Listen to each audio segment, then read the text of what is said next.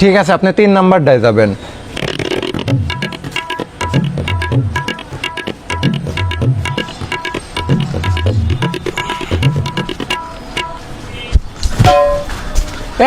ভাই এদিকে আসেন, এদিকে আসেন। আরে ভাই কি হয়েছে? কি হয়েছে মানে আপনি পকাত করে এদিকে আমার কোণে ঢুকে যাচ্ছিলেন। এটা পাবলিক টয়লেট না? হ্যাঁ। তে পাবলিক টয়লেটে মানুষ কি করতে যায়?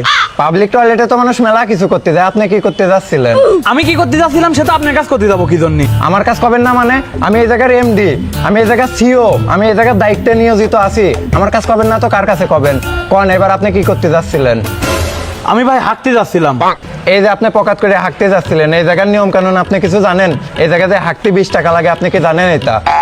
এখানে নিয়ম কানুন আছে? কি নিয়ম কানুন? কি নিয়ম কানুন মানে?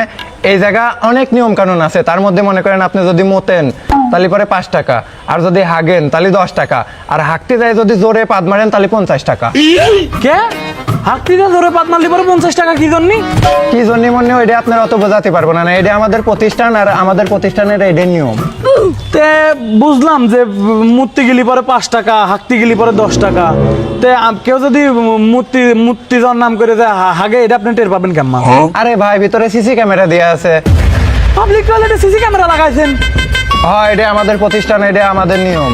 আচ্ছা বুঝলাম। এবার কেউ যদি হাঁকতে যা জোরে পাত মারে, এটা আপনারা টের পাবেন কেমন? এই যে ভাই আমাদের স্পিকার রয়েছে এই জায়গা, কেউ ভিতরেতে যদি জোরে পাদ মারে তাহলে এই স্পিকারে বাজে ওঠে। এই যে 3 নাম্বার বাথরুমে যে ছিল সে পাদ মারেছে, ওনার অলরেডি জরিমানা হয়ে গেছে 50 টাকা।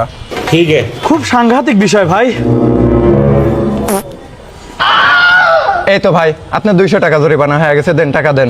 কে? আমি তো কিছুই করলাম না, আমার 200 টাকা জরিমানা হলো কি? কিছুই করেন নাই মানে?